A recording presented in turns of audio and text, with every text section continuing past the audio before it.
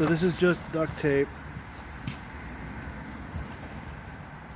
And it'll burn for several minutes while you're getting your fire started. So if you need a fire extender, duct tape's still burning, giving you a nice fire. It's a fire extender.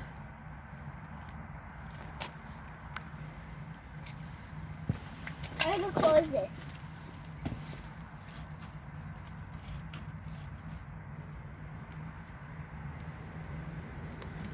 Can I close it?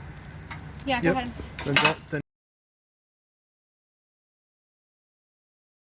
Are you ready to go, Chief? Yeah! Yeah? All right. We're going to move out. Oh, are you coming? No problem. You have your waterproof boots? Yep. I do too.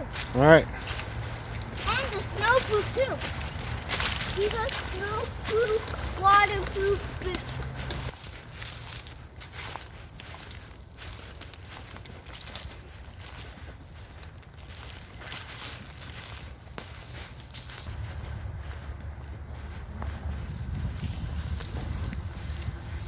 Let me hold your tool. This is what Frosting knife. See? What's this? Oh, that's your tarp. A I tarp. put a tarp in there so you had cover. Then this. That's your haversack. It's got your gloves in there. Give me my knife just in case. I have my knife out. You want to take a walk? Let's do it. All right, what kind of tools you got with you today? I got my knife. Yeah. I got my compass. Oh, it's not on buckle. I guess I got this right here. Oh, I think it's an army compass. Yeah, this is an army compass. Yeah. Has measuring. It has this, and then it has a compass. Let's put this all back. I got my knife. Yep. What else is on your paracord there? I got my fire starter. Yeah. I'll show you. Yeah. And then you flick here. Uh-huh. And then what else do you have on there? I'll show you right after I'm done. Oh, sorry. Screwing that in. And then I have my whistle. Go ahead. Nice. Good. All right, we're ready to go on a scout. We're gonna go out. We're gonna make a bird's nest from natural materials. We're gonna use the char from last week, and we're gonna make a fire. And we're gonna cook some victuals. Oh, could we use my fire starter for that? Yeah, we can use your fire starter for that. We can go either way. You choose. Okay, I'll go I'm gonna wrong follow way. you. Go ahead. I'm going wrong way. All right, But let's you do won't it. be able to find me because I don't know All where right, to log but in. look, we got not too long before the sun gets to the horizon. See? So, not a whole lot of daylight left. We'll be back. We'll be back. Hey, Dad. All right, we're outside today on a scout, which means we're just going to go out on a hike. We're going to look around for some dried materials. It has been raining the past couple days, but right now it's late December. It's getting toward Christmas. Ow, prickers are still out, and it's like 50 degrees outside. So Lucas and I are going to go on the scout. We're going to find materials to make a bird's nest, and it's going to be a bunch of dried materials, grasses, these sort of things, whatever we can find. And then we put the charred material from last week. We make fire. We make a little snack. And while we're on the journey here, we're going to be covering a couple clips from the past week. Oh, it's a little wet over here. And the first clip up is from the Friday night autonomy lecture. And we're going to learn a little bit about how to make your offer to the world, a little bit about real life problem solving, and how do we take the steps forward with action that we need to take to make those goals we want to have happen. Let's check out the clip, and then we'll cross this stream when we get to it. See you in a second. You outgrowing your former status quo is now bringing about challenges and difficulties, and this is good. It's like you didn't get fired, you quit, right? Yeah. And you quit at a time of year where it's like, okay, you got to make this work and get rent paid by the end of this month. And that's definitely a challenge. So now let's reverse engineer the challenge. What's your goal for the end of the month? How much do you need to raise? And then we're going to look at what is your offer and how many people do you have to make the offer to get that number together. In terms of throw out a number, like a ballpark. $1,000. All right. Good news is it's a very workable problem, man. I'm glad you're here. So you could have a package, it's $200 and you need to sell 5 by the end of the month, right? So that's a potential. The other thing is I heard you say, you were talking about building out your portfolio. A lot of times artists try to do that because they think if I build out my portfolio, somebody's going to see my work and like it, and then I'll do some work for that client. Let's remove that gap. Why wait for them to see some work of yours that, why don't you make something unsolicited on spec and approach people that you want to work with, hey, I made this for you. You're free to use it. If you would like more, I can do more, right? You might do 10 seconds of animation or something of that sort, something small. And then they come back and they're like, actually, we'd like a 30-second promo for our show. Or when we do this story every week, we'd like you to do graphics for, who did they do last week? I saw a story and it was all cartoonized, and it wasn't by like a professional cartoonist per se. Actually, I think it was one of the Tim Castle vlogs, and they animated something that Luke Radowski was saying at the beginning.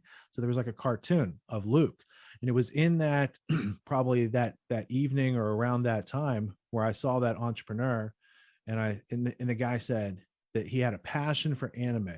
So if you were to find his name, investigate his business, make an educated outreach, send a little sample, and even if you offer to do it on spec for a testimonial, then you could get recommendations, and then you have a more like reputable package to offer to the market. But going back to cracking your immediate problem, like that might be one of the pieces you try. But if you had some sort of animation package that was $500, you only need to sell 2 by the end of the month. Or if you had one service for $1,000, you're done, right? Which would you want to work on? Something that's going to bring in one deal equals 1,000, or do you want 5 deals at 200 to make your 1,000 for the month? The latter. You want 5 clients at 200 a piece. Okay. Either way, either way is going to involve work. So if you discovered how to sell one client $1,000 package, then learning how to multiply that is very lucrative. If you learn how to sell the $200 package, you can multiply it, but it's not as lucrative as the higher value service. So maybe that's what you want to aim at as you go forward. But still, you could build a website and charge $1,000, right? What are the things that you can do for someone that pays money, right? You could edit video up to $1,000. How many hours of video would you have to edit, and for whom would be the questions? Or who needs a website, and what parts of that can't you build yet, right? There's a ton of people. We build websites. Almost every client we work with needs a website that contains certain ingredients. If you were conversant in like the tech stack I was talking about tonight, you'd have no problem making $1,000 because you can't throw a rock and not hit somebody that needs most of that stuff in the tech stack. And they don't get it from Autonomy Unlimited, but they're just starting out. They couldn't afford to buy it from us anyway. You could help somebody get bootstrapped, and that could be like learn on the fly experience. You're not charging premium prices. That's kind of a pretty down and dirty price, but you'd have to go through a lot of like first time doing this sort of things. But you have the capacity, I think, and the aptitude. It would just be a refocusing of where you put it. So there's a lot of different ways that you could use skills online related to the internet to provide value to other people to get $1,000 over the next month.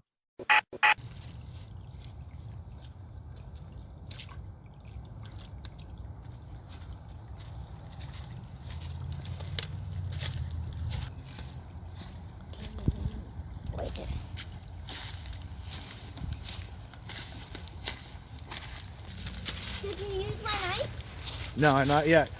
I know, I'm just saying, did you use it? Because I don't know. Wait, you're the leader. Okay, but I want you to walk up to that tree and go follow the path to the right. That way? Yep, and then to the right. Okay, that way? Yep. Sometimes Daddy goes ahead and breaks trail for the young one, especially on the prickers. Pricker, down, way through, cleared.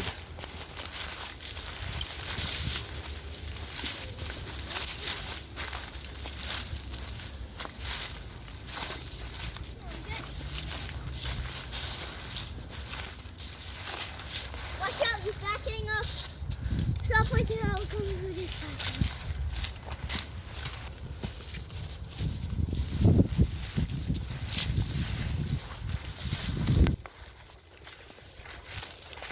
You see the trail? Follow the deer trail. Where is it all beaten down? Where the animals walk? They already make a trail. All you gotta do is follow it. We're not reinventing the wheel.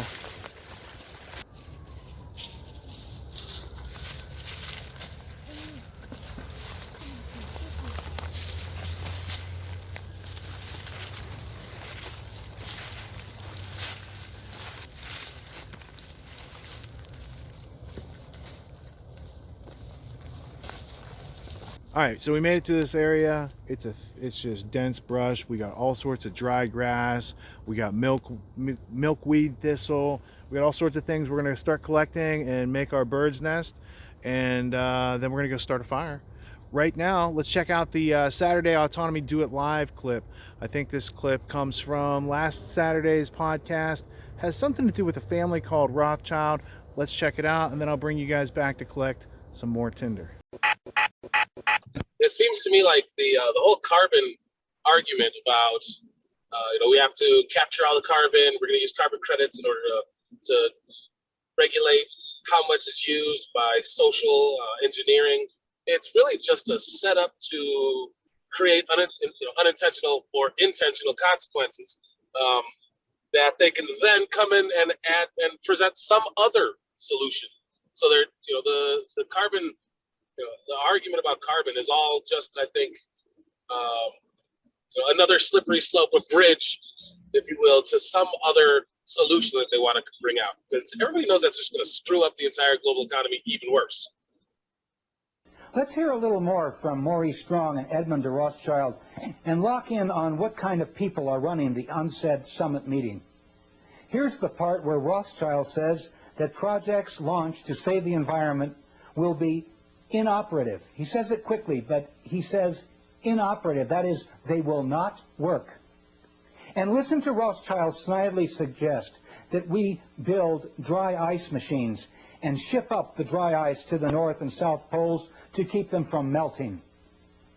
Perhaps it could be possible to utilize CO2, carbon dioxide, one of its main causes, to manufacture dry ice, to maintain the polar caps and the actual temperature of the ice there, and maintain their present temperature.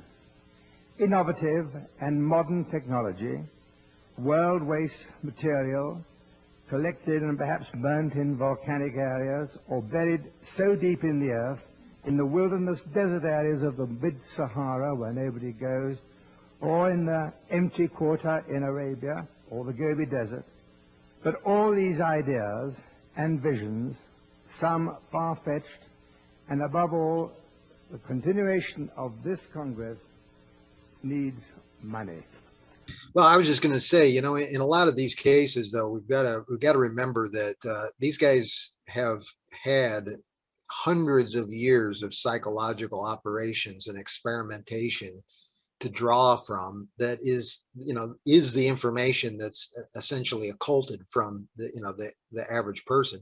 Most people don't have any clue as to how their behavior is influenced and how much of their behavior is outside of their control. Our subconscious mind controls most of our behavior, probably like 99% of it.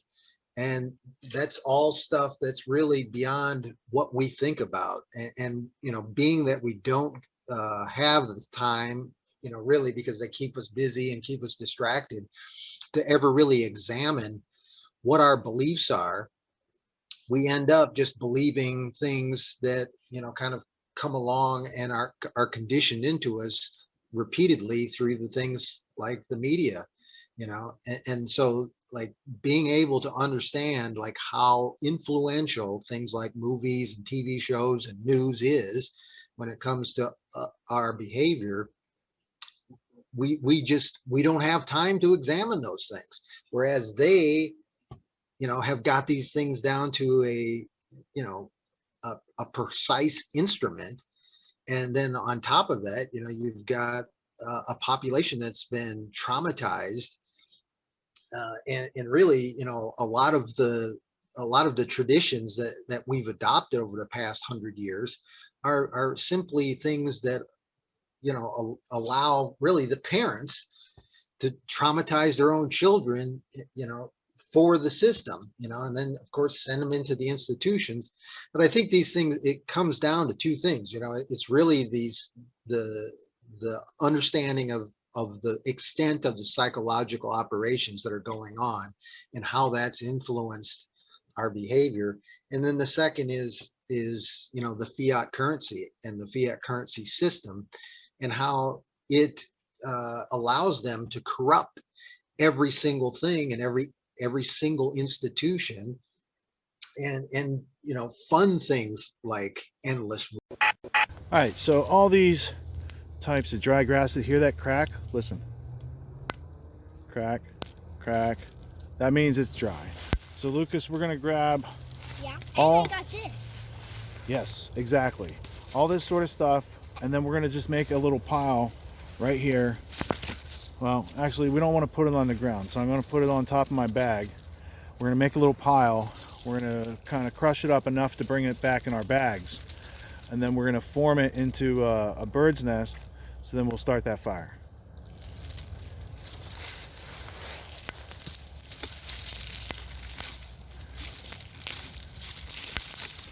I think it just got dark. And then press your finger on the screen so it gets light. Okay, it's light. Dark. The driest stuff is at the top. You don't want the stuff off the ground.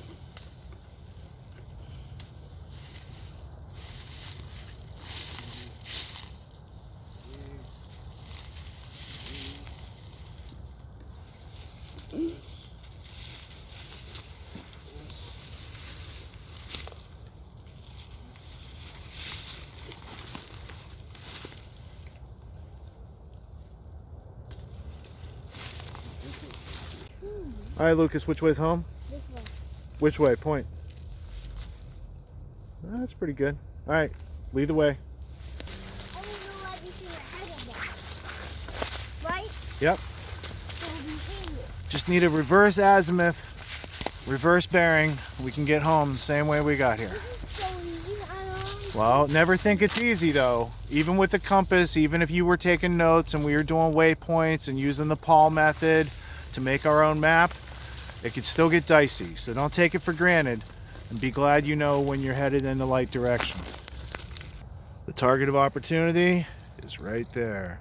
That yellow grass, we're getting that on the way home. Lucas, hold this camera, just like that.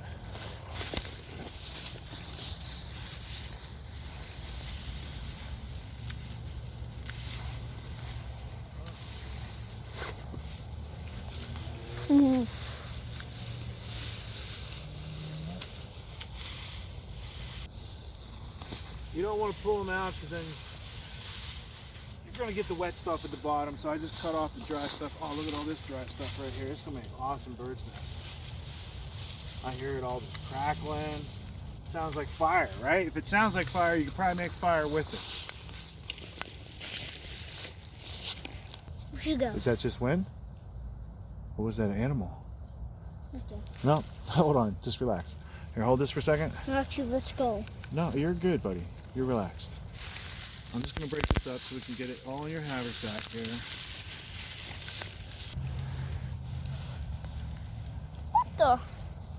All right, boss. Let's do it! Bye. Look at the moon. Moon's out. Sun's going down. And Hi. we got tinder going around. All right, let's get back to camp and get our fire started. Bye.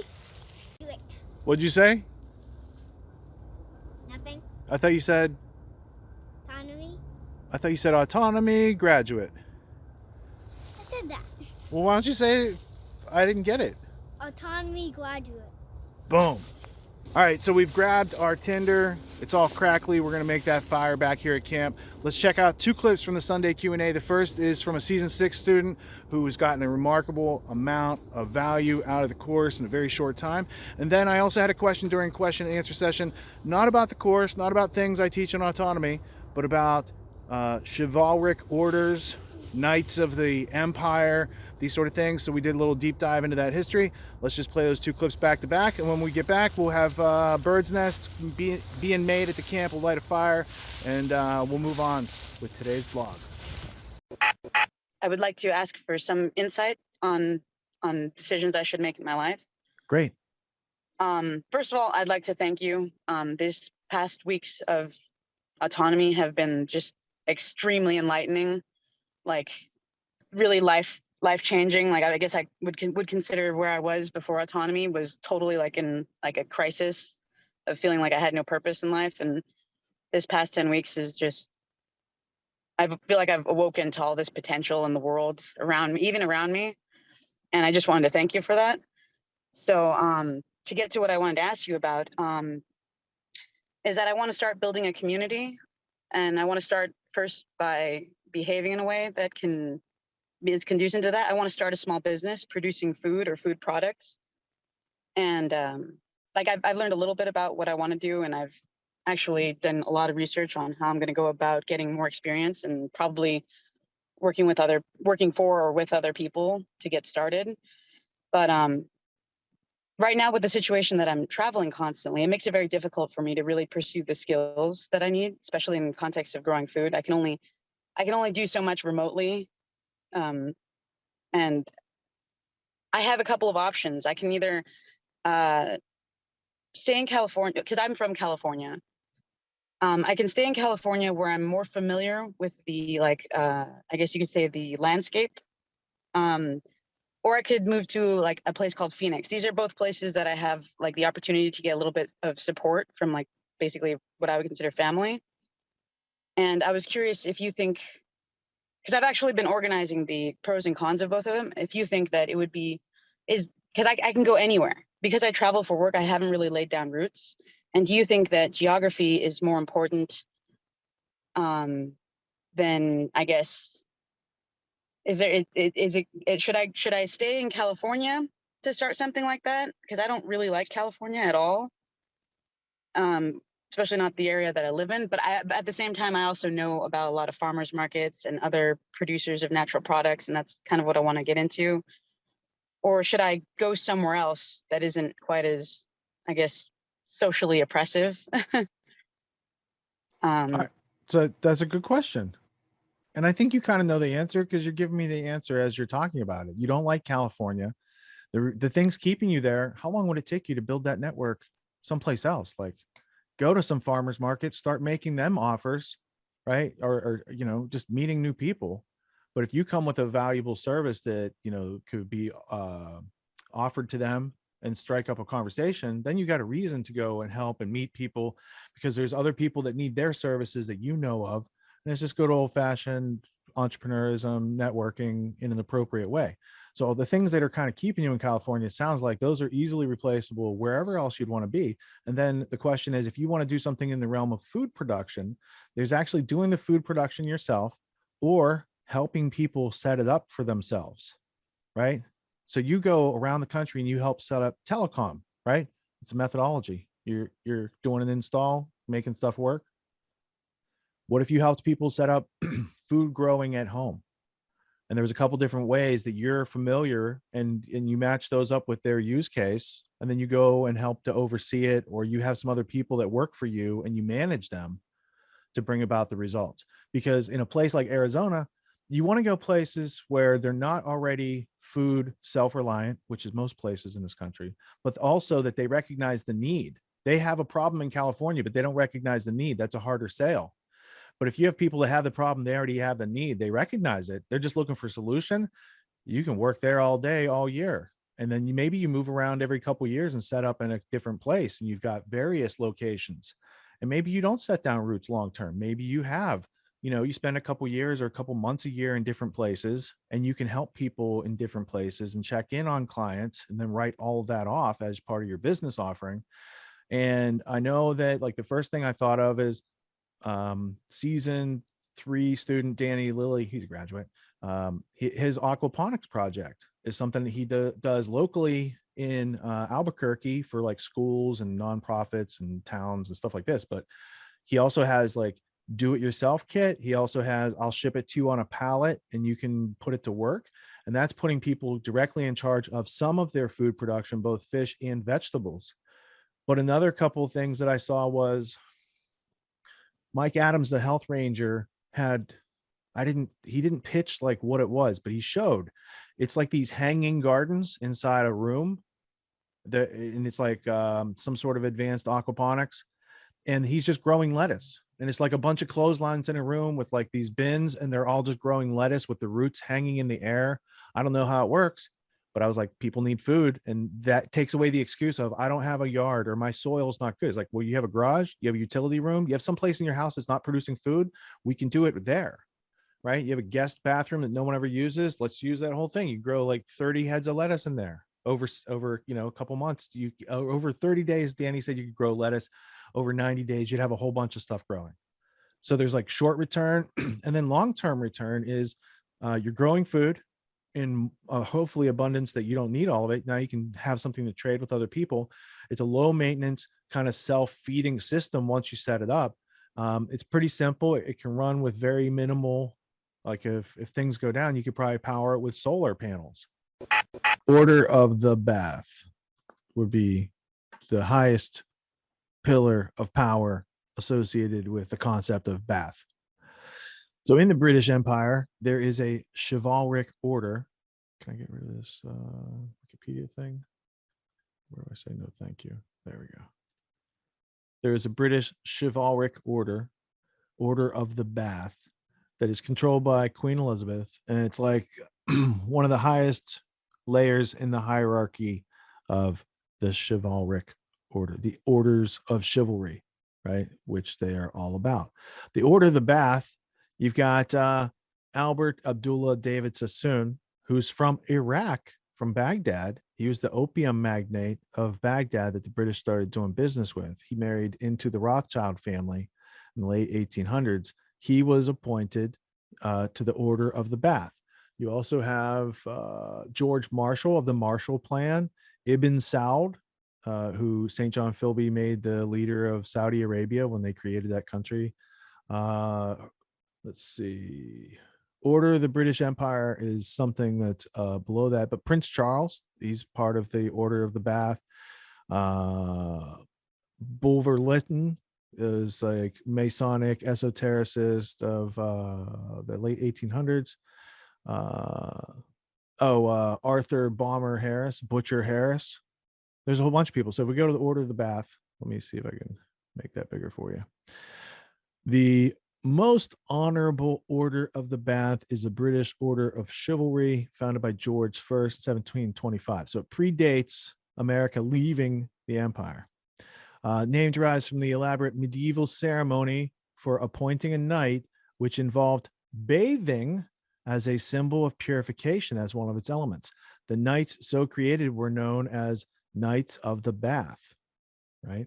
George I erected the Knights of the Bath into a regular military order. He did not, as commonly believed, revive the Order of the Bath, since it had never previously existed as an order, in the sense that a body of knights were governed by a set of statutes and whose numbers were replenished when vacancies occurred. The order consists of the sovereign, Queen Elizabeth, the Great Master, Charles, Prince of Wales, and 3 classes of members: Knight, Grand Cross, Knight Commander, and Companion. And then there's Dame Commander and Dame Grand Cross. So like the woman who created Bed Bath and Beyond.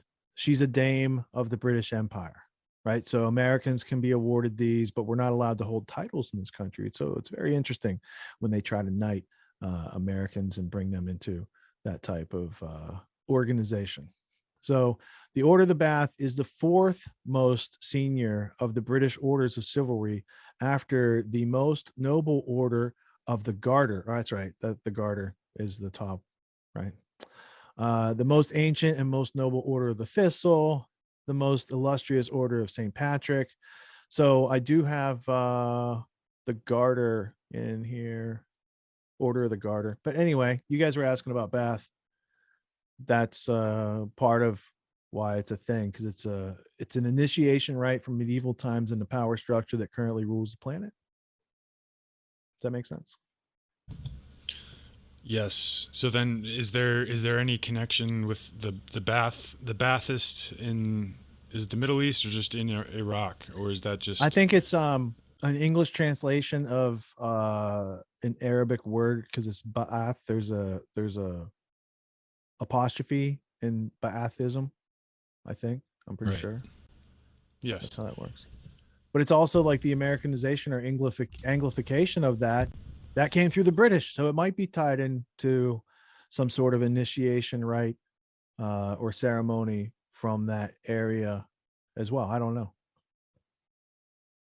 Okay. Sunnis, Shiites, Baathists, various elements or sects of belief in that area, often fighting with each other. Helen. Okay, thank you, Richard. Did you have a question, Helen? And if so, we can't hear you. Still puzzles me deeply of how you can have this long-term conspiracy of interconnected groups of conspiracies aimed at the goals that you just said, to corrupt the individualism in the right ways for living over such many lifetimes. So it's not one person's individual life's goal. It's been a goal for a collective energy for quite some time. And that's always puzzled me how that could happen. What's held that whole thing. Okay, it goes back to what I said earlier. So what you're saying is, if there's this multi-generational element that asserts top-down control, how can they keep it hidden? They keep it hidden because they keep everyone at odds with each other and distracted in how to meet their needs every day. And you don't have the leisure time to come up to that level to be like, who's running this place? Who owns the Federal Reserve? If I had a magic checkbook and I was going to pay the debt for America, to whom do I make this check out to, please? Right? And that to realize that the people who print money from nothing, they don't want money. They have as much money, literally, as they can steal. They want people to do things with their time for the money. That's why they print trillions and put it into the market in the past since COVID. How much? 40% of the dollars that have ever been printed in American history since 1913, creation of the Federal Reserve, have been printed in the past 2 years. What do you think that's about? Do you think it's Grand Theft World? Or maybe also, and they put that money into the market to keep people home, to keep people quiet, to keep them from organizing in the taverns and the churches, to say there's an element here taking over our country. In the American Revolution, the revolution started in the churches and the taverns and the other places, the public houses where people were conglomerating and say, hey, this tea tax is something, huh? The East India Company wants to raise the price on tea. Maybe we should dress up like Indians and tip the tea over.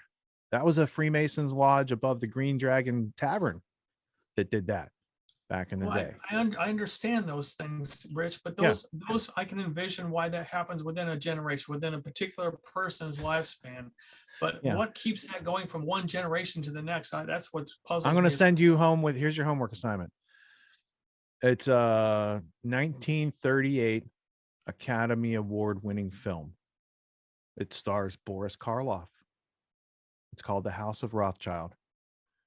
It is the official biography.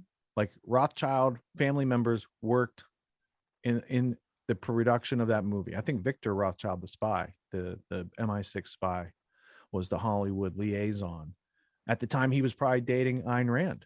It's a very interesting story. So you start with the movie. And then when I first saw the movie, I was taken aback by it. I thought it was like racist, but it's caricaturized by the family. It wasn't done by like, because the Nazis took part of that film and they added it to like some other film that they propagandized people with, right? So then people associated that effort with the actual film, but the film was created before like World War II kicked off for America, at least.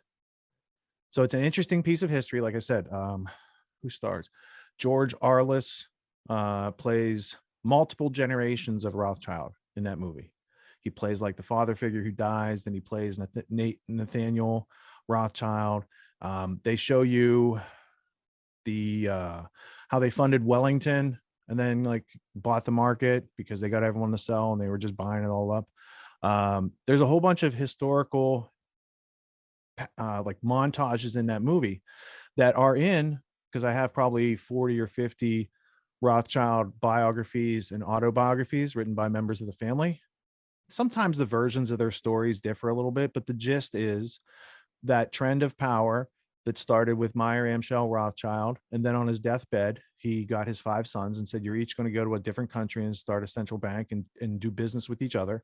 This is the creation of international banking, which controls the world today. I think it's a history that needs to be known. I don't think the family's evil. There's parts of the family that disagree with other parts of the family. We can't come to know and understand these things unless we take the idea of, this is curious.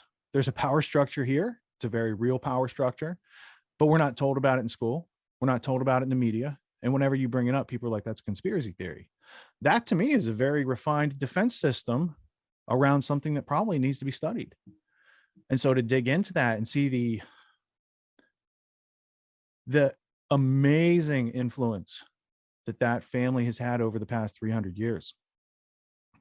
Like, you can't have the world around you as you have it, because all the cars, all the metals, there were mining companies who funded these mining companies. Those raw materials were brought places on railroads. Who built the railroads? Who funded the railroads? When you get into the answers to these questions, you start off with, well, there's American robber barons, like the Vanderbilts and the Morgans and these sort of, but where did they get their power? Where did this? It's the family orientation. In fact, even that theme came out in the Game of Thrones, of how extremely important to some of these people that family was in making sure that the family's integrity throughout history would be maintained. In this specific case, the Rothschilds intermarried different branches of the family to maintain power within the family. So in that case, they took that from monarchies. Monarchies do that too. And then the banking and the monarchies got into business together. There's no good funding the war if there's no one to go to war. So there are elements that are like not interchangeable parts, but over the centuries, there's a banking element, but then there has to be a military element to put, to plunder, to put into debt. There's all these, and then there has to be a nation state element that can take on these debts and print bonds. And, so there's a couple pieces of the mechanics in the cycle, but once they got that running and then they aimed it at America, the British couldn't take us over by military arms, not in the revolution and not in 1812. But by the 1830s, they had us on a banking, here's a little money. And it was said that Andrew Jackson killed the bank, right? He killed the Americans dealing with the Rothschilds. However, in the Rothschild headquarters in London, there's a picture of Andrew Jackson, one of their best clients. So some of the history we've been told about these things is not the actual and factual history. Now, when can I show you that there is absolutely no Rothschild banking element in the United States government? There's a particular time in history. We have to go back to the 1800s to get there. It's a time from 1861 to about 1865 when the international banking element left America hanging. Abe Lincoln created his own currency, greenbacks. And as soon as Abe Lincoln died, all of a sudden international banksters were back in control. And then they created the Federal Reserve in 1913. And the families that participated in that were people who do business for the international ruling financial monarchy. I'm sorry. Go ahead. I always found it odd that Andrew Jackson was on the $20 bill because, like, the history I read was he was, so opposed to it that they tried to kill him a couple times, and the media was paid at that time. Some of the early influence in the media was paid to try to demonize his position versus the banks. So that's kind of interesting history that it ties Yeah, back. That it's he was- also interesting that Abe Lincoln's on a bill, right? So you can almost look at some of the greatest enemies against the ruling power end up dead and on their money as currency. Just observations. It is, I haven't. who's I on the haven't watched 50? it. Grant? Grant, didn't he take over after Lincoln? Right? And Grant was someone who was much friendlier to the international banking situation. So it's not all enemies. Sometimes it's the people who gained power after the enemies. They got JFK on some coinage too. Don't know how he got on there.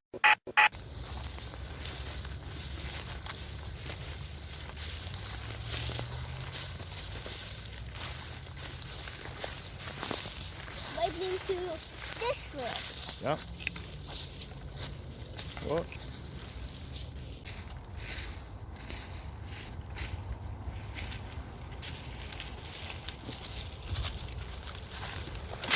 Oh, this tree again. Okay. Walk around it. You don't have to blast through it. You can just walk around the end of I it. could blast through it. Or you can go around it, under it.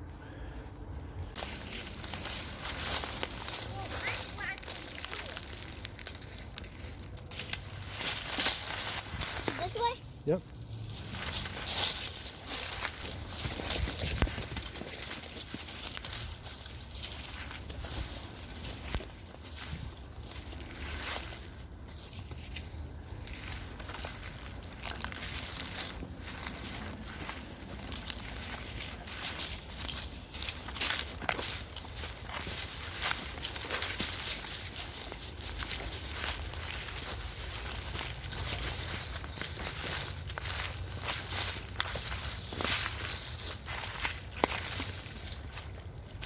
This way, right? Where do you want to cross? The way we came is over here to your left.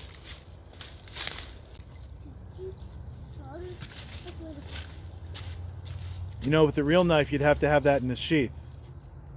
See? But also, if it wasn't a frosting knife, you'd have a sheath for it. I guess well played.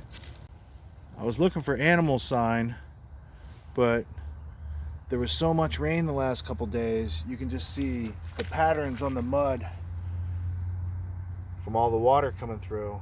So any big critters that have been through here, we don't see those prints right now.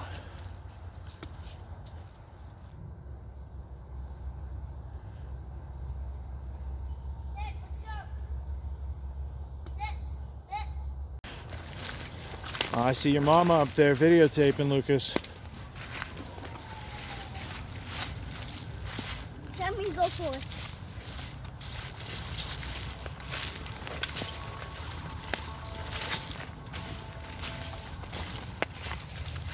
See my knife? That's hot. Careful. What's this tree? Watch each step in front of you. What is that?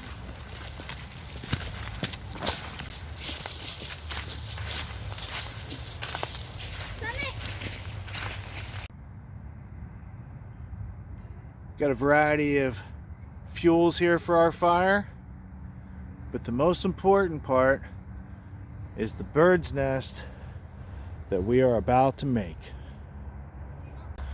All right, so real quick, let's build a fire lay. Let's get a couple of these guys here, and then we're gonna want all these guys here.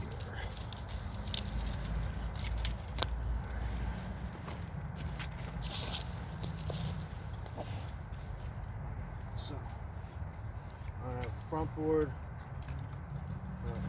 backboard, sideboard. This way, if I have to lift the fire up to get it to go, I can do that. And I want to take just some of this dry stuff right here, sprinkle it right there. Alright, so I'm gonna have these to the side. I'm gonna take these other sticks.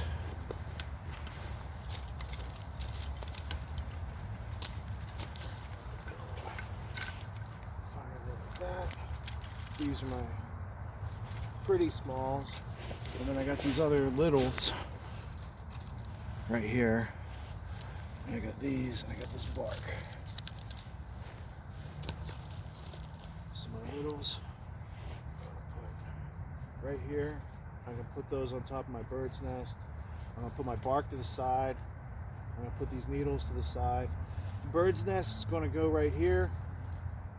I'm gonna sprinkle these on top of it, and then I'll pull the rest in around it, and we'll get it to light. First, we gotta make a bird's nest. Let's make a bird's nest right quick. See what kind of good tinder he's got in here. He's got some bark. We got some stuff we collected last vlog. We got some milkweed thistle. It's not holding apart. The fluff, that's nice, but this dry part here, I'm gonna put that in there. And what we're gonna do first is separate this grass. Will burn, but it'll go up really quick. So I want the structure of the bird's nest to really be this brown stuff. And the more you process it, the more you break it, the more you expose the fibers, the easier it is going to be to light and take fire all over the place instead of just one place on the end. So spend a little time breaking it up, crushing it up. As you see, I'm on a tarp. It's like a Army surplus military tarp. It's real lightweight. Keeps your tinder dry. It collects all this good little dusty stuff right here that we're going to sprinkle into the bird's nest. We're getting some shape to it. So you're just going to start getting this little nest here together, and then I'm going to pack this dry grass around it, and as it burns around it, it should burn the stiffer stuff here in the middle. So now let's set this aside right here, and let's start working with all this, and then we'll collect our goodies right here. All this little dust, all these little particles, they're going to help take the char cloth and the spark and light the bird's nest. I'm going to continue to process this, just twist it, give it a good twist. If we lose the light, the editor will add light in post-production. I'm the editor. Alright, so now we got this piece. Right, we get this bird's nesty type thing developing. We put this other into it, kind of mix it around, build it in, reinforce it. Our char cloth's going to go right in here. Our sparks are going to go in here. We're going to turn it upside down, hopefully let it smoke around a little bit, build up. And if it gets too fiery, I'll just put it into the fire right away. I'm going to save these for a second for when the fire is starting.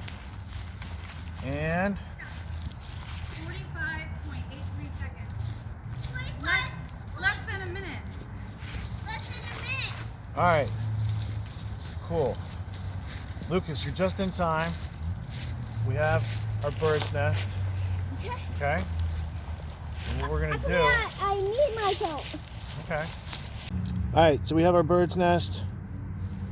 I'm actually, instead of going to light, you know, I could light it and stand up and blow through it, but I think we're going to get fire with this, so I'm just going to put it there for now. This isn't bushcraft show-off time. This is heat up some food. All right, so we got this tin. It's got our charred tinder from last week, char cloth. We're going to take a piece of that char cloth. We're going to put it in here. Close up the tin. Put it back in the fire kit. Now we're going to choose a ferro rod. Right like this. Yeah. This is your scraper. This is your ferro rod, or it's mine, but you can use it, okay? You're going to use the corner of this or the back of your knife if you didn't have this striker, and you're going to send sparks into this char cloth and then back away. We don't need fire. We just need a little spark on this char cloth, and I can make fire from that. I can make fire from this char cloth with flint or steel. I can use it with the back of my knife and other stuff I have in my pack, so I have many ways to make fire. Or you could use my knife. That's right. That's right. All right. So here, I want you to get down here. Go ahead and try it. Okay, if it doesn't work, I'll try mine. If it doesn't work, I can just do it, but I want you to try.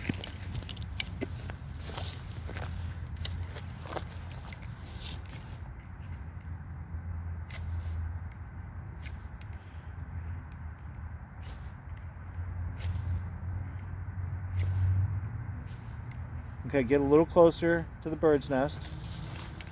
Hold the striker still and move and pull back with the ferro rod. Good. Good. Oh, you're getting far away from the bird's nest. Get closer. Hold the striker and pull back on the ferro rod.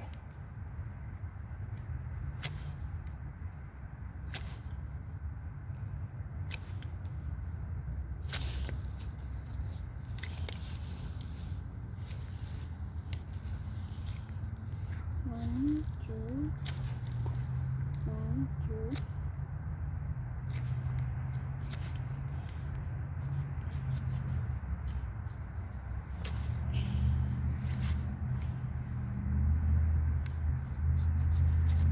All right, you're pretty close. Do you want me to try it and show you? You're very close. A little technique improvement could go a long way. Can I show you something? Yeah. All right, cool. Let's do it like this so everyone can see right there. All right, let me see that. In the interest of daylight. All right. Well, I got the grass light. I missed the char cloth, but I got. Try. Hold on 1 second, buddy.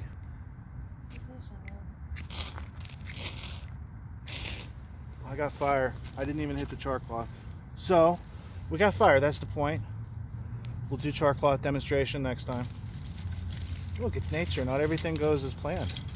Ooh, big surprise. We got fire, and now we can make our victuals.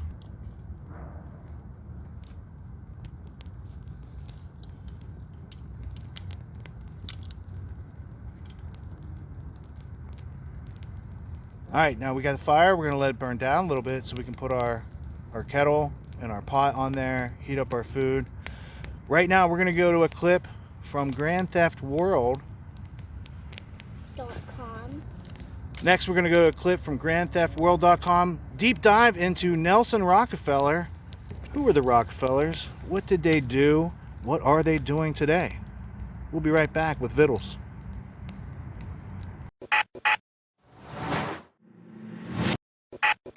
I did, during the break, locate my copy of the Franklin cover-up. This is the 2005 edition. It was the updated edition. The Franklin cover-up, Child Abuse, Satanism, and Murder in Nebraska by John W. DeCamp. Now, I'm going to cover that in just a second. Before I do that, I have to like set the scene. September 11th, 2001. George W. Bush, he's at a school in Florida. His dad, H.W. Bush, you're going to hear about him in a second. H.W. Bush slept in the White House the night before.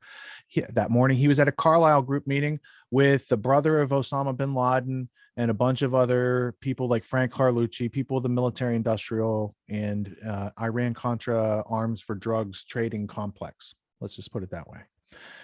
Later in the day, George W. Bush, country under attack, doesn't know where to go, ends up at Offutt Air Force Base in Nebraska, the headquarters of Strategic Air Command.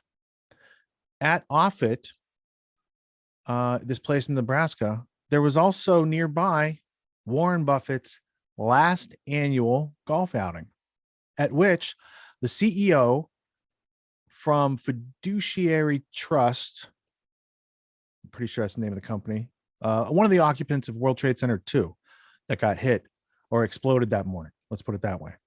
Ann Tatlock was the CEO. So instead of being in her office, she was at the golf outing with Warren Buffett at near Offutt Air Force Base, where the President Bush later went that day. I'm just laying it out. That's part of history. It's not really clearly understood what's going on there, what the machinations are there.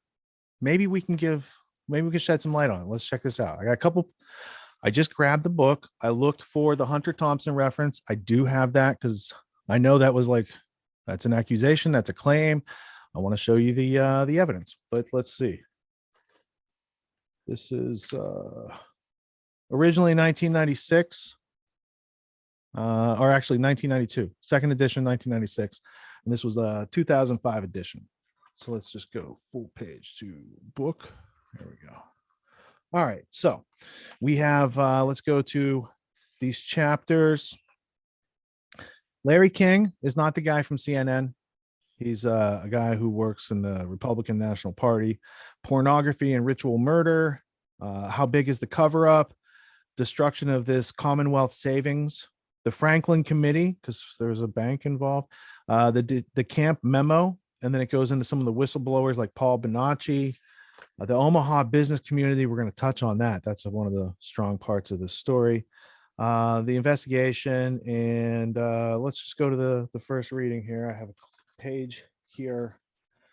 This is reading from page 148, talking about the Larry King that didn't work at CNN. One of King's earliest boosters was the wife of a man with an unrivaled reputation for shrewd investments, Warren Buffett, chairman of Berkshire Hathaway. Based in Omaha, Buffett is the second biggest stockholder in the Washington Post and a controlling power in ABC TV. In 1991, he acquired large blocks, blah, blah, blah. Buffett favors the multiplication of money, but not people. He contributes to groups advocating radical population reduction. His Warren Buffett Foundation lists hundreds of thousands of dollars in grants to the negative population growth, right? That's like population reduction, you could say. The Association for Voluntary Sterilization, Planned Parenthood, and the Population Council and the Population Institute, the Sex Information and Education Council, the Federal American Immigration Reform, negative population growth members, according to the group's literature, quote, believe that a drastic reduction in total population size represents the only viable option consistent with human survival. Oh, he's in the Club of Rome type of mentality. That's interesting.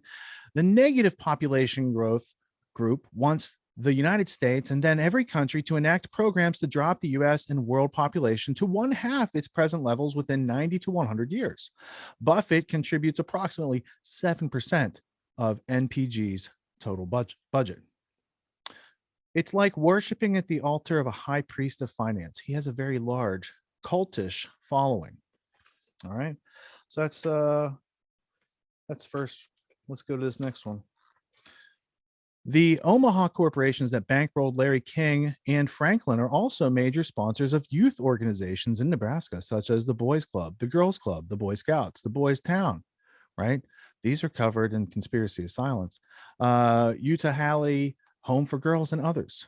So this is philanthropy, right? Like the second chance. It's like the second mile. Yeah, second mile. That was the Penn Just like the State second mile. HW Yeah, I mean, Bush that's how they group. do it. They have some sort of Right. philanthropic group, some tax exempt group that This they whole funnel section money here for. is Iran Contra related. Nothing to see here, folks. It's just the CIA, Iran Contra drugs. This is the same black market network that would be able to run what DeCamp is putting Larry onto King in here. that story, by the way, he helped funnel the children to the Reagan White House. He is sort of like one of the fronts for that, if you will. Not the Larry King from CNN or whatever, the famous talk show host. All right, so here's the reading on the Hunter Thompson talk show, reference. but- But before I do that, it's on the adjoining page, I found this.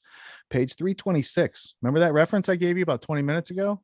It just happened to be across from the Hunter Thompson quote, which is interesting.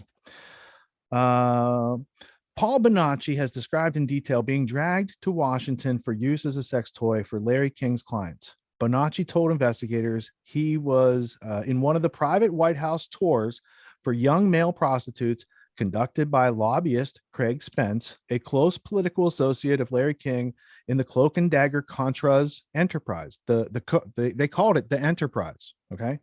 Spence turned up dead in a Boston hotel room in 1989, soon after his and King's compromising business was exposed in a Washington Times June 29th, 1989 story headlined, quote, homosexual prostitution inquiry ensnares VIPs with Reagan, Bush, end quote. And if you look that up, LD, you're going to see the front page of the Washington Times, and it's got credit card receipts from the prostitutes. They didn't even pay cash. They paid male prostitutes There it is.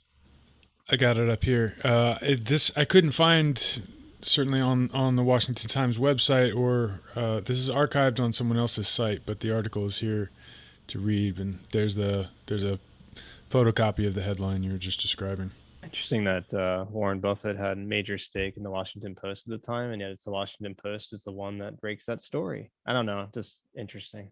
Well, in the title of the next chapter that has this reference is Monarch or Auschwitz Part 2, or Take 2, because that's MK Ultra. That's a reference to CIA, Monarch programming, MK Ultra. So we get to page 327. It's right across from that quote. Here it is. It starts down here. Let's see. Right. Let's start right here. In one instance, detailed in the Franklin cover-up, Paul Bonacci was taken by Larry King and others to a wooded area in California, identified after publication as Bohemian Grove. There, Paul and another boy were forced to do sex acts and to consume parts of a child whom they had watched murdered by the cultists. Henry Kissinger Heinz hangs out Bohemian Grove. The body was to be disposed of by, quote, the men with hoods, end quote. A, quote, snuff, end quote, pornography film was made of these events. It was directed by a man the party had picked up in Las Vegas, whom Paul Bonacci identified as, quote, Hunter Thompson, end quote, the same name as a well-known sleaze culture figure. Paul has told investigators that the ring which plunged him into Satanism was centered at Offutt U.S. Air Force Base near Omaha, that he was taken to Offutt to be sexually victimized by a babysitter's boyfriend and when he was about 3 years old, around 1970. Offutt is the headquarters of the Strategic Air Command and has a cadre of thousands of intelligence personnel. So it continues on. But now there's a fictional story. We got this on the show card many months ago, but it was about Israel Rockefeller and how he's being framed. Do you remember that story, Rich? I can read it to you, actually. Because it's important. The reason why I bring that up is because the technique of blackmailing dignitaries, delegates of various countries, so forth and so on, was to catch them in the act with underage boys or girls. And one of the ways they do this is through a fake mirror. And I think this book sort of highlights that in many different ways. But he goes on to say, the Rockefeller figure in this book, that, it's not his first rodeo and he knows what's going on. And so what do I have to do? Or last week we talked about Unholy Trinity, which is one of the books by John Loftus. He's also written America's Nazi Secret, which was first published in 1982 as The Belarus Secret. Same book, just republished recently by Trinde as the America's Nazi Secret. So he usually writes nonfiction, well-researched content based on his cosmic NATO security clearance, which allowed him to go into the vaults under NSA in Meadville, Maryland. I think that's where it is. Meadville, it's not Fort Meade. Fort Meade, that's right. Yeah, but it's Fort Meade. But there's a word, a name. I used to pass it all the time. Anyway, he talks about it. I have a trailer. Actually, we'll play the trailer in a second because you guys can hear him in his own words. Anyway, he writes excellent nonfiction. This is a novel. The reason this is a novel is because there's some very dry data behind this. There's interviews, there's stuff that people like. So in order to flesh out that evidence, and he tells you about the evidence in the back of the book, like what does this book mean, what's it based on, and the interesting part about Nelson Rockefeller we'll get to in a second. The first part of the book is about the Dulles family. Now in reality, Allen Dulles was working in Switzerland during World War I and got involved with an enemy agent, and then British got the drop on him. He became an inside British agent, then became the top of America's intelligence agency when they killed Kennedy, and the guy who sat on the committee to make sure the cover-up went all fine. But nothing to see there. If you find a picture of JFK and Allen Dulles, you'll find a rare picture of JFK with his killer. So the first part is how the Dulles' sister is dating like this spy guy, and they have him killed. And this is all real stuff that happened in life, right? So they're bringing it out through the novel. So in this section, the setup is Rockefellers have a building in New York, Rockefeller Center. In Rockefeller Center, pre-World War II, British intelligence sets up British security coordination to help make sure America gets into World War II.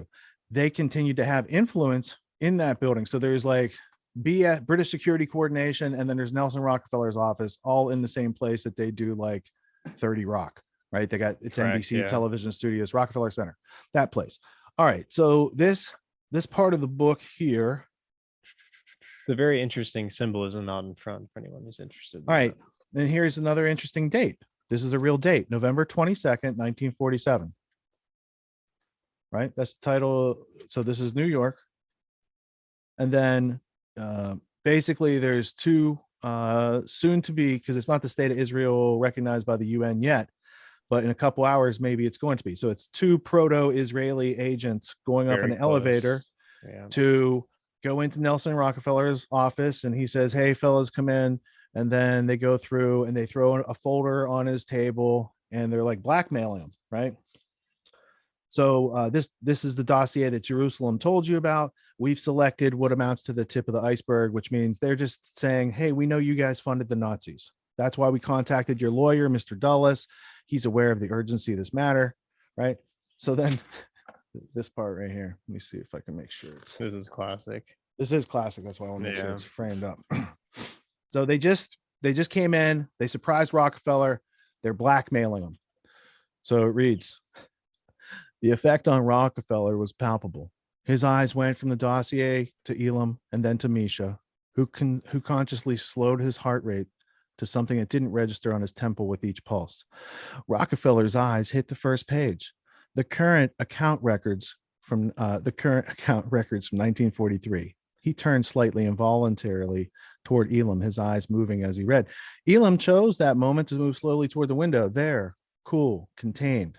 He poured a large scotch for Rockefeller and then put the glass down and on the open file, right beside the contents of the banking file. Turn the page, Elam said. Incredibly, Rockefeller did so. Next was the share structure of a very well-known Swiss bank, courtesy of files no one next to God in Switzerland had ever seen, except a sweet young thing at the Zurich Public Registry Office who happened to know Israel Kifferman's son. The next page is very informative. I think even a journalist might follow its implications. So they're blackmailing him because his family and Dulles helped to, fund the Nazis, and now they're coming to collect. So he turned to page 3, large share transfer. These are real things. This is a novel, but what's being pointed out here is real based on an interview with one of the Mossad agents or proto-Mossad agents. Proto-Mossad, right? yeah, exactly. Yeah. Right. So basically, Rockefeller's hairline was suddenly shiny, rivets of perspiration gathering there. He turned the page and moved his glasses back with a finger. Page 3 was a record of a 1944 share transfer, a transfer tantamount to treason in any U.S. jurisdiction, complete with U.S. Treasury Department letterhead. Rockefeller studied that one for a long time. He looked up, ignoring the scotch. What's Ben-Gurion want? Elam was already reaching for the files. Votes, he said simply. Latin America votes for partition. We need all 15. You get us our votes. You say goodbye to this embarrassment. You can put the dossier right in your safe. Now, at the time, Nelson Rockefeller's Latin American UN kind of head honcho. He could deliver 15 votes. Rockefeller said nothing. Turning page after page, some faster, some slower. The U.S. government documents giving him the most pause. Yeah. At the last page, he closed the file, ran a finger along his hairline. Misha expected a rant or a confession, but there was only silence and the dim sounds of the city beyond the plate glass, right? Because the blackmail didn't work. There was no trace of stress on the man now. No.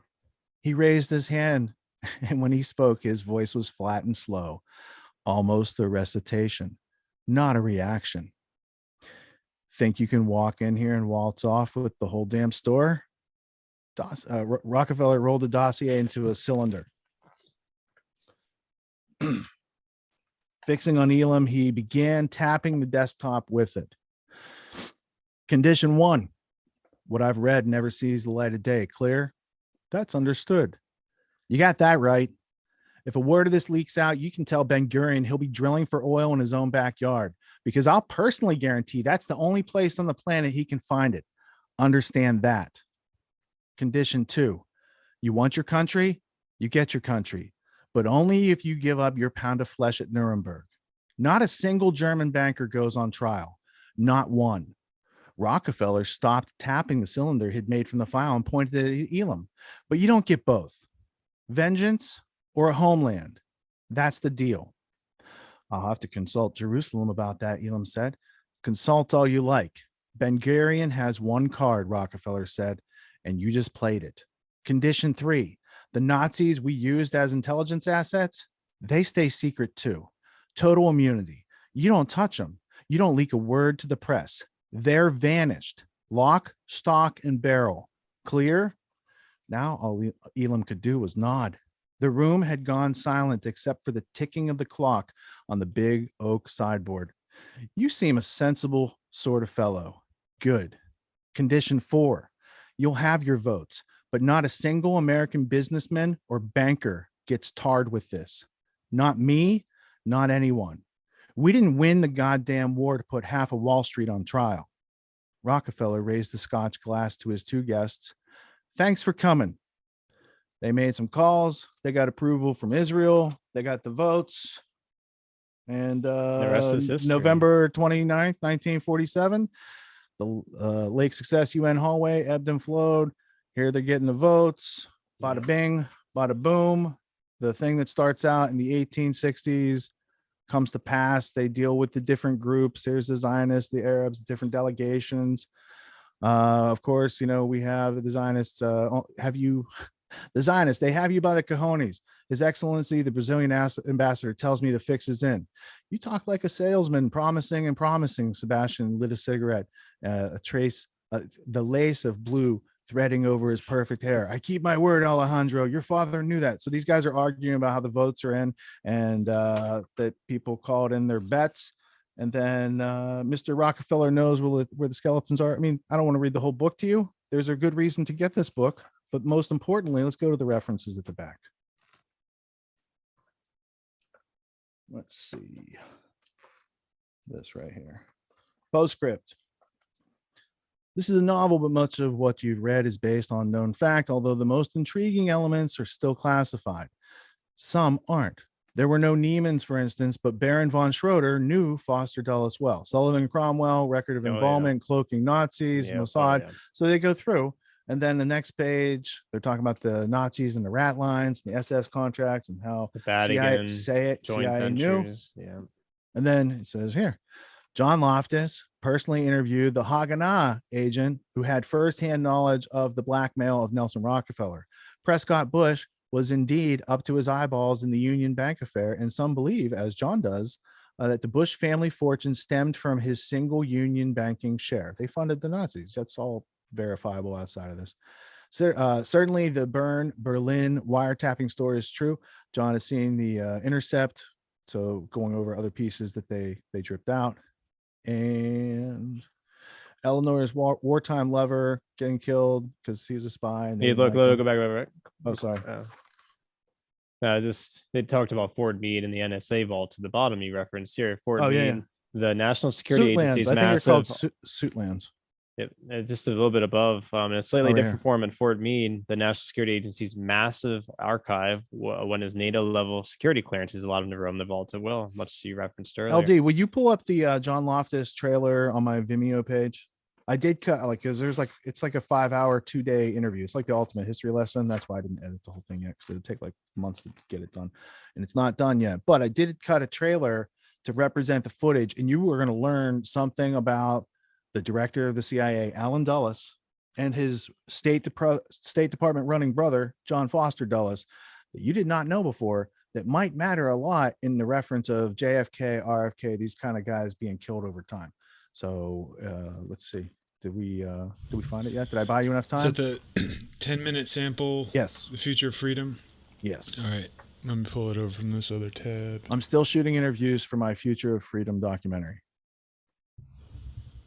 We should sample them more often because there's a lot of good unseen footage yet to be we should also make them available, these sections of them for subscribers and whatnot. Oh, we can definitely put them in the members area for Grand Theft World. Yeah, we should do that. We could take all those interviews, put them in there. That'd be great. And then people can time code hotspots. We can start making a movie faster. We do it in parallel. Work as a community, work together.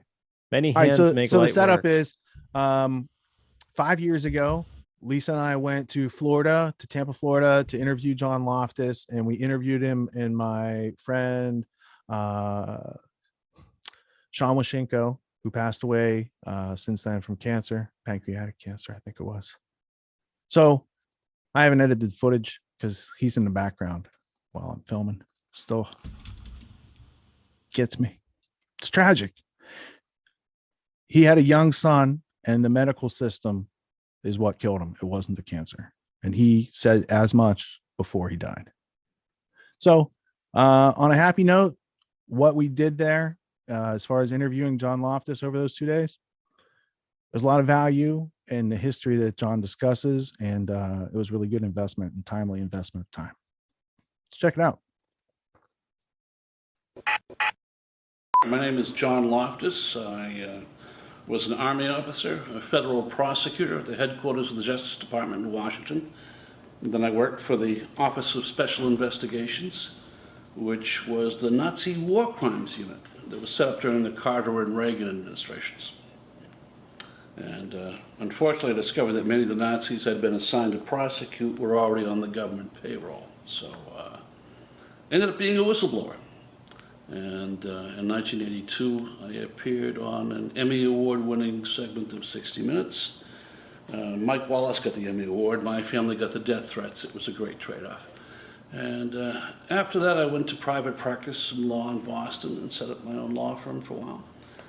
But over the years, I've become a private lawyer for whistleblowers. And I charge my clients $1 a piece. I'm the worst paid lawyer in America, but among the better informed. In order to be a client, you have to have a security clearance above top secret. I had a Q clearance for nuclear weapons secrets, an SI clearance, which is the wiretapping NSA clearance, and a cosmic clearance for everything in NATO that was top secret and above. So I could read the British intelligence files and the Dutch intelligence files, as well as the American files. And so I was the first person in a half a century that was able to go through the classified vaults where all these old intelligence files are stored. And they're stored out in Suitland, Maryland, an interesting place. There were 20 security vaults underground, like bank vaults. And each vault is 1 acre in size. It's a little bit of, remember the last scene of Raiders of the Lost Ark? Well, that's what the underground vaults are like, only not as organized. But I was looking for something unique, not just for files about Nazi war criminals, but evidence that might suggest that the hunt for Nazi war criminals had been obstructed. Evidence that the trials had been fixed. My first boss was a prosecutor of the Nuremberg trials, the bankers' trial.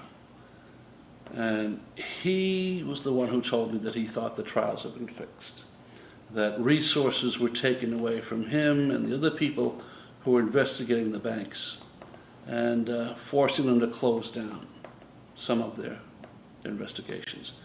So he and I had both been Army officers who had intelligence training. And so I had 2 jobs. One was to investigate Nazis from the nation of Belarus that might have immigrated to America, and also to look for evidence of this, who fixed the Nuremberg trials. Yeah. And the 2 sort of clashed together, which is why I ended up in 60 Minutes. What did you discover, and why have you dedicated the last 40 years of your life to exposing these secrets? I discovered that a small corrupt group of American officials worked with the British Secret Service to relocate Nazi war criminals to the United States. Now, to be fair, they didn't really realize they were Nazi war criminals on the American side. The British knew they were. But the British said, look, we have all these great spy rings in Eastern Europe and in the Arab states. And they may have fought with the Germans in the last war, but these people are not really Nazis.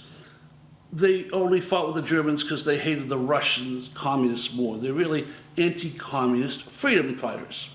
And some of the dimwits in our State Department, they bought that. And so we took over the British networks after World War II, not realizing that the British weren't sending us freedom fighters. They were sending us the dregs of the Nazi war criminals from the Arab states and from Eastern Europe. They were recruiting ex-Nazi terrorists to fight World War III. And it was one of the most stupid and corrupt things that had ever done. But as I dug deeper and deeper in the files, I realized it really had nothing much to do with ideology. This is all about money. You know, Dulles wasn't just the nitwit that got conned by Kim Philby into letting Nazi war criminals relocate to America. Allen Dulles was a Wall Street corrupt corporate lawyer. And they had their own agenda. It wasn't about national security at all. It was about bankers' security. It was all about the money. It was about setting up new cartels, monopolies, and trusts.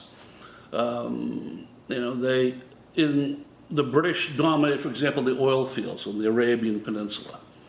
So we used guys like Allen Dulles, who then was in our State Department, and we arranged to send guns and ammunition to this rebel group of tribesmen led by Ibn Saud, and that became the House of Saud. And we literally gave them the guns to put themselves in power in the 1930s. And they took over Mecca and Medina. Unfortunately, their religious mindset was somewhere to the right of Attila the Hun. They had a philosophy called Wahhabism or Salafism, which has been declared a heresy against Islam, more than 60 times before 1900. But once they had oil, all of a sudden the Saudis could buy legitimacy. The Dulles brothers have now burrowed under the government. Truman's been reelected. They have to hide the Nazi connection. They have to hide the Saudi connection. They have to hide the Bolshevik connection. And it's business as usual. But it's not about an ideological conspiracy. I mean, they were funding the communists at the same time as they were funding the Nazis for this handful of really greedy people in Wall Street. It was just about making money. So an intelligence agency practices, best practices of the world over history, it offers plausible deniability when they externalize and use these other factions to kind of do their dirty work. Yes? Yeah, it's useful in a long period of time to have a proxy army, if you will. For example, there was an Arab Nazi movement, and it was called the Muslim Brotherhood, run by a guy named Hassan al-Banna, and he was founded it in 1928. And he was a real admirer of Adolf Hitler. Wrote him letters all the time to the young Hitler saying, I like your philosophy, I read your book, we got to work together. And they did. The Muslim Brotherhood became the arm of the Abwehr, the German intelligence network, in the Middle East. The Muslim Brotherhood were Nazi spies all over the Middle East, and they went from 500,000 members to 750,000 members.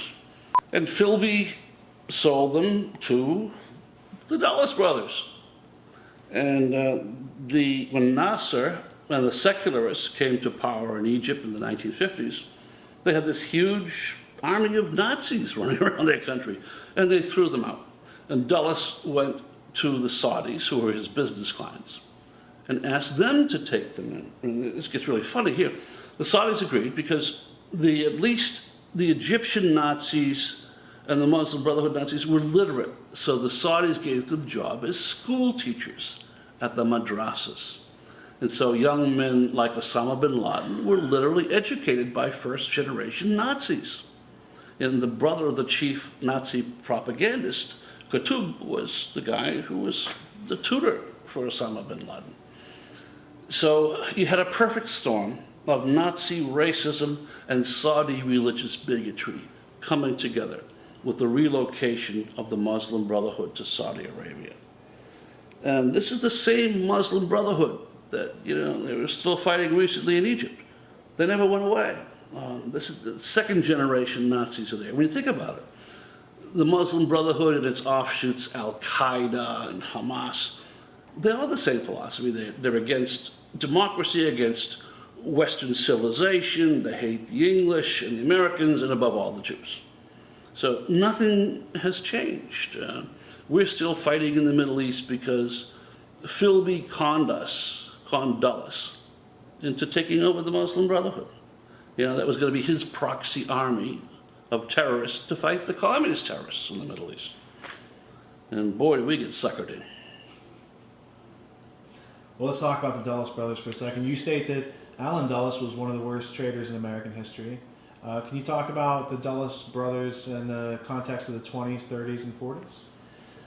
In the 20s, 30s, and 40s, the Dulles brothers were helping the Wall Street robber barons take their money out of the United States and relocate it to friendly foreign fascists, you know, whether it was Saudi or even the Bolsheviks in Russia or the German fascists, because they could reestablish the monopolies that these guys loved.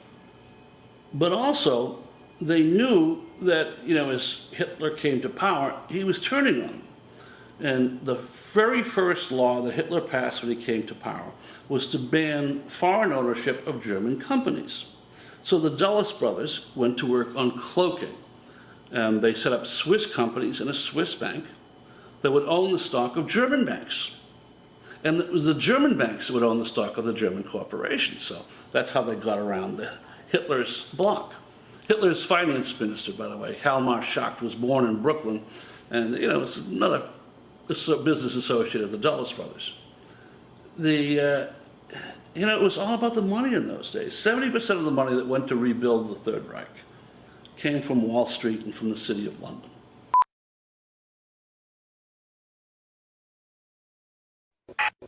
%70 comes from Wall Street and London to rebuild the Third Reich. Unreal. Incredible documentary, Rich. We'll be back in a second, but I just wanted We're ready to now for another speaker, another guest speaker. Yep. Good. Sorry about that. Keep No, going. you're good. You're good. I was just gonna say, wanted to circle back real quickly to just the closing remarks about the Franklin cover-up.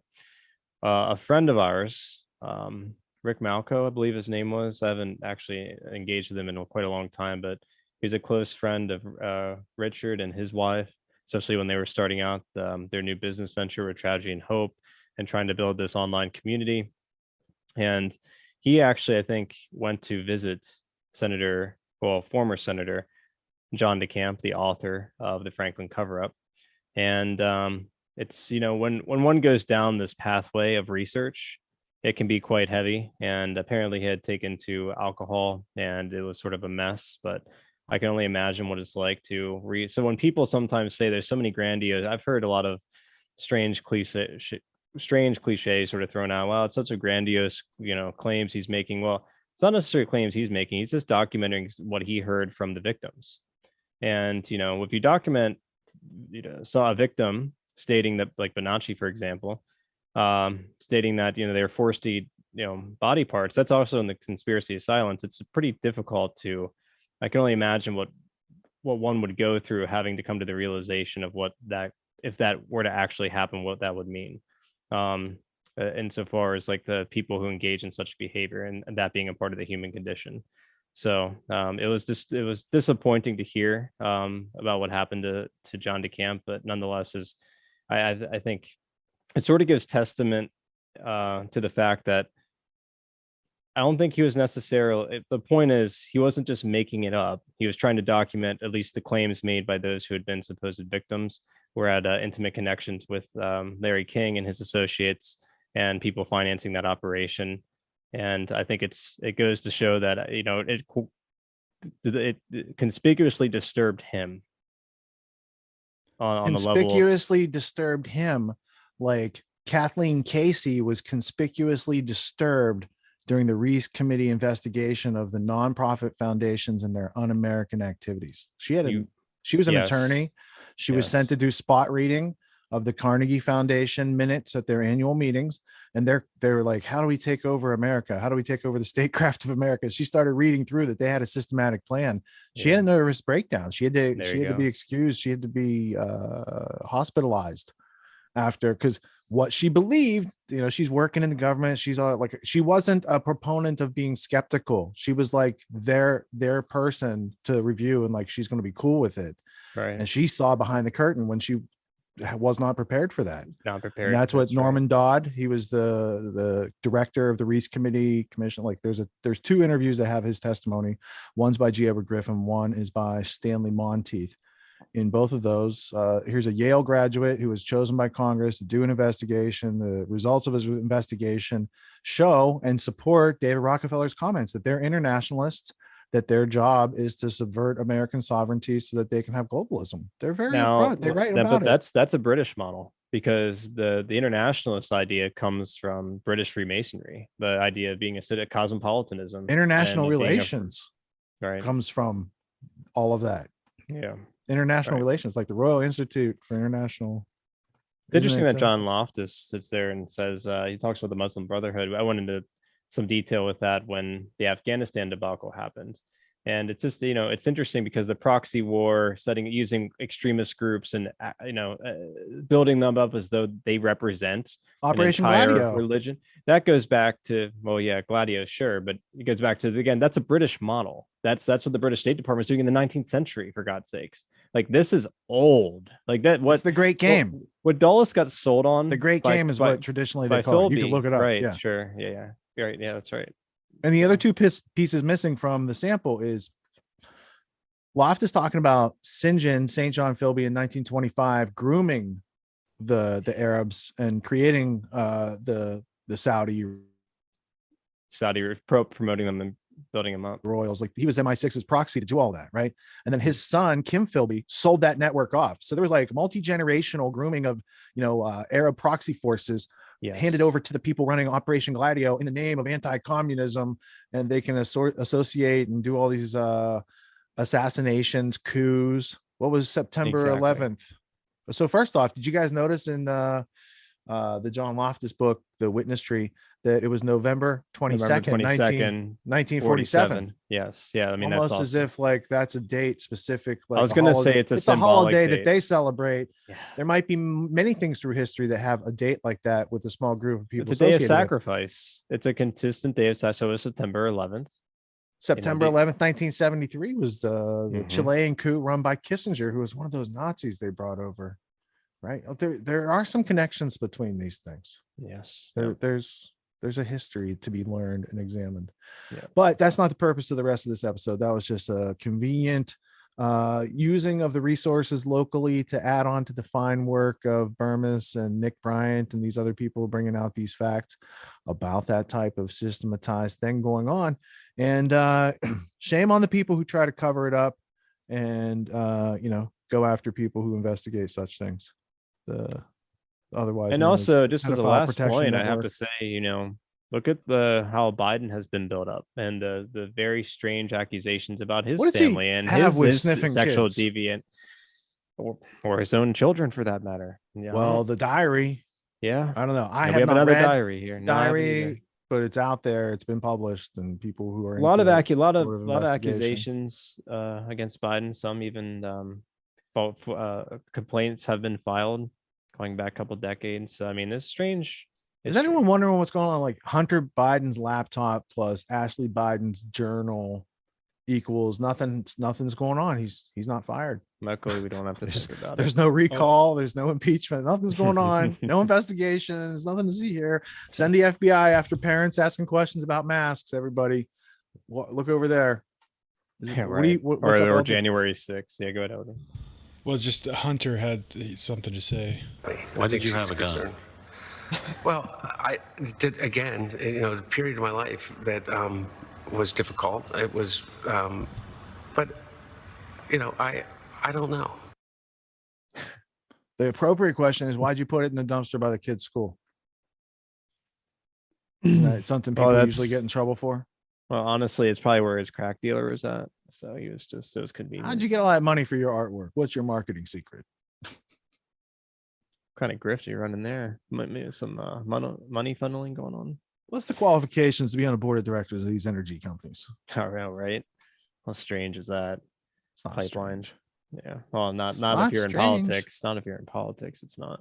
But there's a reason why they build up certain families that aspire for political power. And they, when we talk about these strange sexual deviancies, there's a lot of blackmailing that goes on. There's a lot of very strange, there are certain people that are promoted by our unelected rulers, people behind the curtain that we aren't aware of. And there's a pattern in history, just to Rich, to your point, that if you pay attention to it, it builds out a very ominous picture that is disturbing, certainly, about the human condition, and it's the need for power. It's and not the new. penchant for power. You can go back in time. Like, I remember when I was researching the history of the popes, because I grew up Presbyterian. So I was like, what is Catholicism and popes? How many have there been? Who were they? How'd they get to be there? So I remember like starting back at the beginning. It seems kind of legit. Then you get to like the medieval times, and there's like a pirate, a Barbary pirate who becomes pope. Like a slave trading type dude becomes pope. I was like, oh, that's interesting. And then the Medicis, a banking family, they bought 2 popes. I believe Clement and Julius were 2 Medici popes. During the time of the Medici popes, I forget which one it was, there was all sorts of young naked boys posing on tables painted in gold until they would die from the skin asphyxiation from being painted in these things that were toxic. And it was like the thing out of Goldfinger where they killed the chick at the beginning, they covered her in gold. It was that sort of thing going on back then, right? So systematized child abuse protection network. If you look at early Freemasonry, specifically the book The Hiram Key by Robert I have Lomas. that book. That's a good one. Yeah, Robert Lomas. You read that, it's like they got like rules about, like, it's a safe house type of thing for people who are running from the law. And the rules are, when you a brother shares a house for another brother, you can't bang the wife or his daughter. They had rules about that. And I was like, this looks like a safe house system for people who might be doing some of these systematized crimes as people. And then you see like Jessica Harlan Jacobs, the she doesn't shuffling of mention priests that, today but, around between places. But she does mention that sort of system being built. I mean, she doesn't go into that detail, but she mentions the secrecy, the warrant system set up, the way they were able to have an institutionalized structure that were able to control all around the world very secretively how these institutions will be run. And they sort of innovated sort of the modern day corporate system. I don't think people realize that, but you can see it like that. I mean, we could that's say East India were, Corporation innovation with Sure, Freemasonry as a driving force for That's colonization of the British There you go. Empire. Yeah. Jessica Culturally. Harlan Jacobs' book, Builders of Empire. It has to do with how Subtitles, British Empire used Freemasonry to create itself. So what you notice is like you look at like an early map, and it's a bunch of Freemason, or it's a bunch of ports that then turn into Freemasonic lodges. So they establish a port, then they establish a trading post. The trading posts are forts that are armed and have like armaments. And then from there, they establish a Freemasonic lodge, start getting local power, influential men into that group as that was one of the key with things. their They East took India like the Company. tribal people or the local people, if whether if it's tribal, if it's Africa or India, or if it's just like other European nations. She also lives in Florida. I tried to interview her on the same trip as Loftus. I tried to interview her and Trevor Aronson, who wrote Terror Factory inside the FBI's Manufactured War on Terror. So I got one out of the 3 interviews I asked for. We consider that success. That's good. That's very good. No, it's unfortunate because that's a fantastic book, but Jessica, both of them. But yeah, it's available as an audiobook for people who are interested in Jessica Harlan. It's a little bit dry, but I went through the whole thing a couple of times. She also does some interviews. There are some like radio. Though actually, there's a Peace Revolution episode called Builders of Empire. You might just listen to it. No, there you go. Yeah, it probably took part of that. Yeah. Now that I think of it, I've been down that road before and I shared it. It's just very interesting. People don't realize the innovations associated. It's really British East India Company, to your point, Rich. But yeah, in the port towns, and they took the local indigenous population, they took the leaders of them, and they sort of Britishized them, if you will. They anglicized and their them. Culture, anglicized, and that's the word. Yeah, anglicized. So, yeah. And that was one of the goals, while at the same time promoting British racism. and sort of, the progress. Oh, of and the we're going to universe get into sort of the idea. imperial origins Yeah. of ecology with Jan Smuts, who created apartheid for South Africa's Cecil That's the Rhodes part I colony. extricated specifically. Yeah, Like the these Jan things are Smuts all mixed together. and That Arthur Green Agenda, Tansley's, their yeah. Club of Rome, and Warren Buffett wanting to get rid of people. They do that because that's the British plan for the world. That's why Warren Buffett adopts their plan. He's like Well over Machiavelli, 100 years making old. himself useful to the Medicis. Only the Medicis are the royal family, and the Machiavelli is like a Buffett type character. It's very interesting that all the super rich, like the Buffetts and Rockefellers and Carney, they all just seem to be interested in population reduction and have, fun, weird, They're the sexual good club, deviant Tony. practices. They're the good club. It's the club they beat you with. If you haven't heard about our Grand Theft World community membership, here are a few of the things you've been missing. A mobile app where you can access replays of the Grand Theft World podcast and show notes. Access to the Grand Theft World community on Discord, where we crowdsource news and resources, and you can contribute to the show. The opportunity to participate in the Grand Theft World bi-weekly town hall. Exclusive content from Richard Grove, including behind-the-scenes footage and future access to unpublished material. 93 episodes of the Peace Revolution podcast, and the Grand Theft World newsletter delivered straight to your inbox each week. If you want to stay ahead of the great game, visit us at grandtheftworld.com, click or tap the button in the top right-hand corner, and join a vibrant community of researchers blazing a new path to truth. We'll see you there.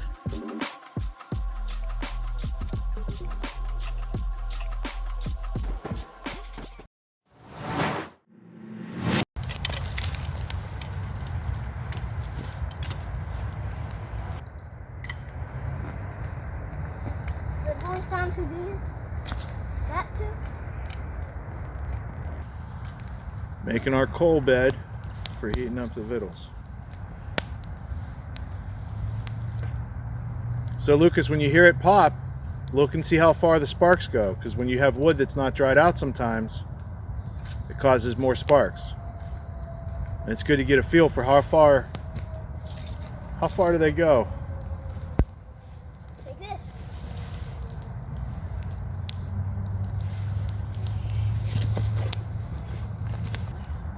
The wood's nice steaming embers. now. It's all right, buddy. The wood's steaming. Do you know why? Why? Well, what do you think might be happening? It's hot. Well, what is steam? Oh, you see that crack? Yeah. See how That's far what it I'm all talking went? about. Yeah. I saw that one go all the way up. It's okay.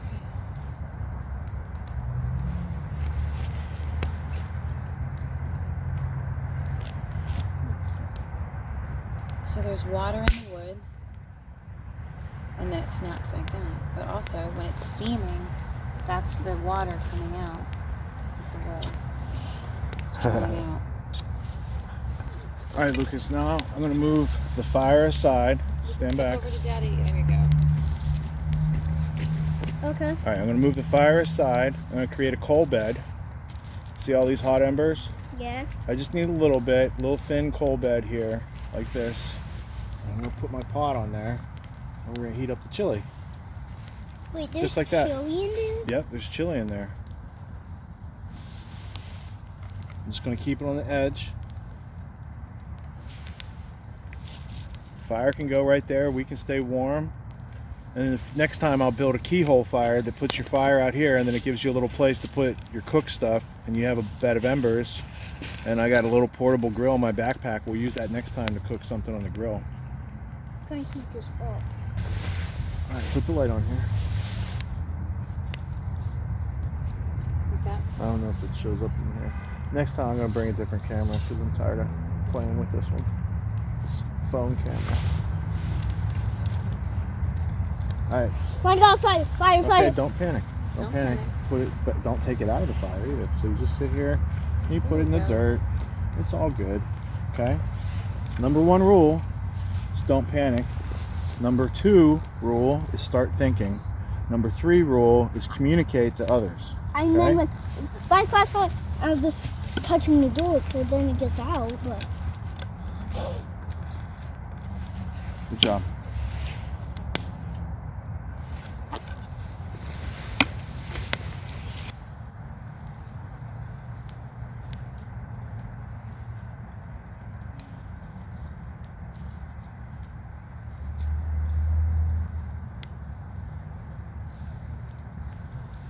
Hit with the light.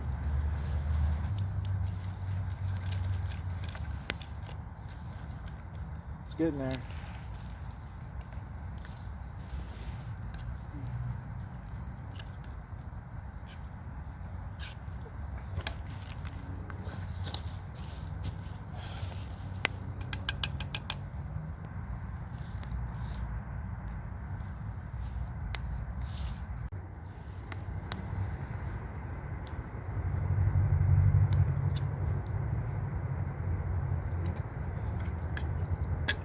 Almost there.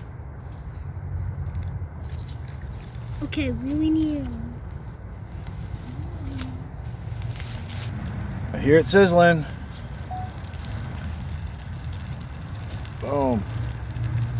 That's what we're looking for, Lucas. All right, Chief. Snack time.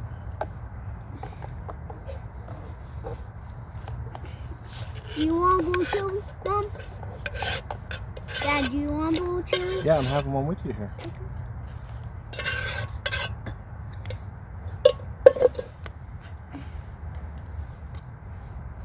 Wait, that's a fork? This is a spork. It's a spoon and a fork. I figured you wanted the spoon side. It might be hot, okay? Oh, this is so cool. It's like Let me taste it. fork. Dad, this is a fork, spoon. It's perfect. It's a fork, spoon, knife. That's so awesome. What are you using? I'm getting my spork.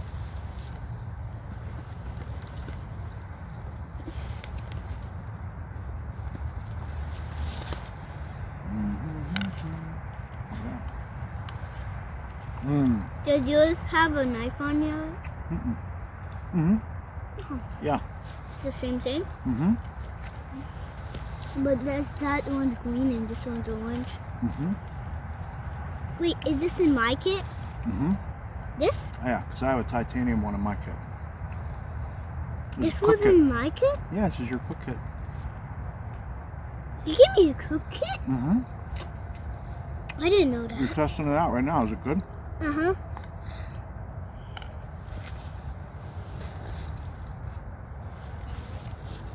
You like It your mom's is chili? good. Uh-huh. She does a good job, right? Mm-hmm. Did you have fun today on the hike? Next time we'll get the char fire. We'll get the char cloth, but we did a good job But we starting the could fire. show chalk off right now. I have my chalk off in my bag. We'll continue. Lessons each week. All right, thank you guys for hanging out. We're gonna do a winter car prep video this week sometime. Yeah, it's getting cold out. But for now, we're gonna eat our chili and we'll catch you guys next week. Bye. Want to try to do it? Bye.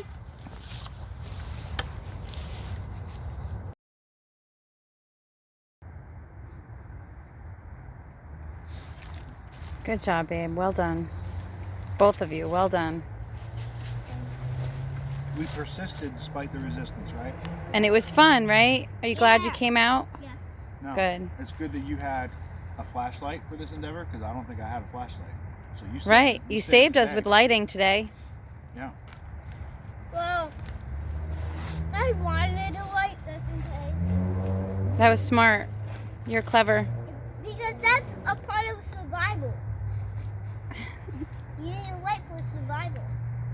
That's right, Yeah. babe. Do you see these moths flying over towards the light? Yeah. Don't fly into the light, Caroline. Yeah, because you born your eyes till you passed away.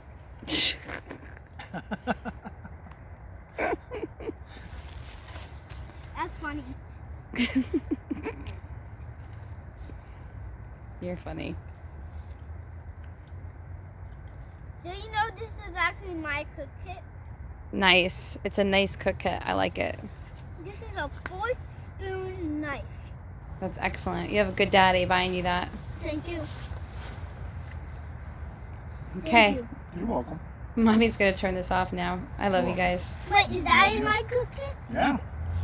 So all this stuff right now is in my cook kit? Yeah. Oh boy, that was whew, my back You was gave me hurting. these? Well, it's a good thing Mommy came out with us today.